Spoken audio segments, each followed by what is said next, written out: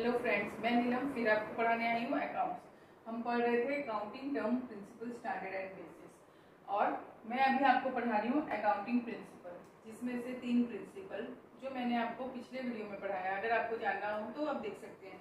जो है पहला प्रिंसिपल है प्रिंसिपल ऑफ अकाउंटिंग एंटिटी और business entity, principle of money measurement और प्रिंसिपल ऑफ अकाउंटिंग पीरियड। और आज हम पढ़ेंगे principle of full disclosure and principle of materiality. जैसे कि इसका नाम है प्रिंसिपल ऑफ फुल डिस्क्लोजर, मतलब अकाउंट में हमको फुल डिस्क्लोजर मतलब जो भी इंपॉर्टेंट इंफॉर्मेशन है उसको बताना है।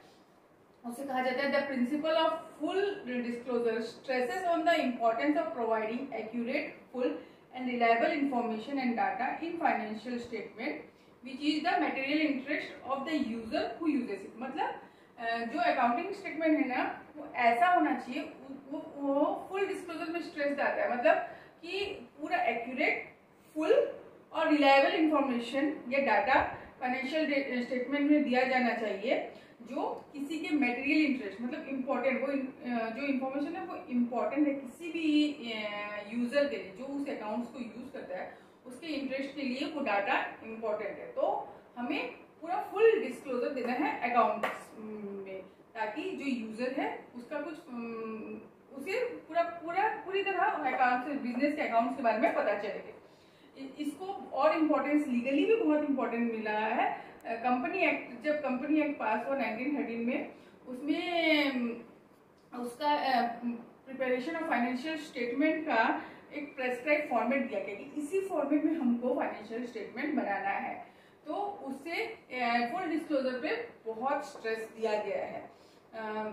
इसको हम छोटे तौर में बोलते हैं कि फुल डिस्क्लोजर क्या है, जितना मटेरियल इंफॉर्मेशन है, चाहे वो पार्शियली, इम्पार्शियली या पार्शियली, उसको हमको फाइनेंशियल बुक्स ऑफ अकाउंट में दिखाना है। भले ही बुक्स ऑफ अकाउंट में या तो नीचे एक नोट के तौर पे हमको उसको लिखना है, नोट्स लिखे उसको लिखना है, ताकि जो उस अकाउंट्स को देखे उसको उसे देख के अगर कुछ कंक्लूजन, उसके डिसीजन चेंज होता है तो वो दिखाए।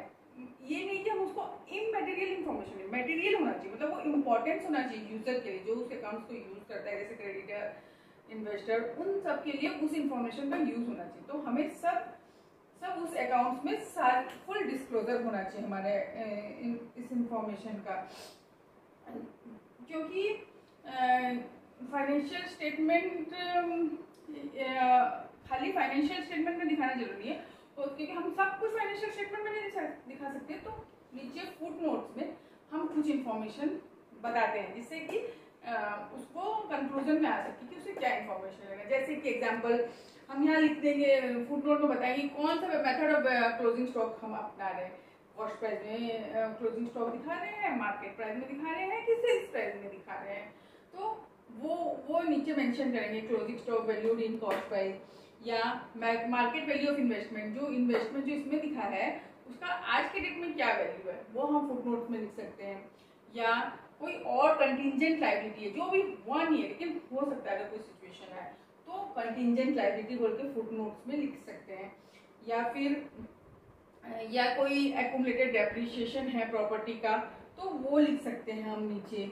या कोई टैक्स में या रेट ऑफ इंटरेस्ट में चेंज आने वाला है वो हम मेंशन करते हैं। मतलब जो भी मटेरियल इंफॉर्मेशन है जो हम बुक्स ऑफ अकाउंट में नहीं दिखाए हैं उसको नीचे फुटनोट में दिखाना है, मतलब पूरा डिस्क्लोज करना है कि इस जो अकाउंट में है अगर ये ऐसा हो गया तो ये चेंज आ जाएगा, तो वो पूरा नीचे मेंशन किया जाएगा। तो क्या है, जो जिसको इंटरेस्ट है, जो इंटरेस्टेड पार्टीज हैं जो इस अकाउंट को देख के डिसीजन लेते हैं वो अपना सही डिसीजन ले सकते हैं।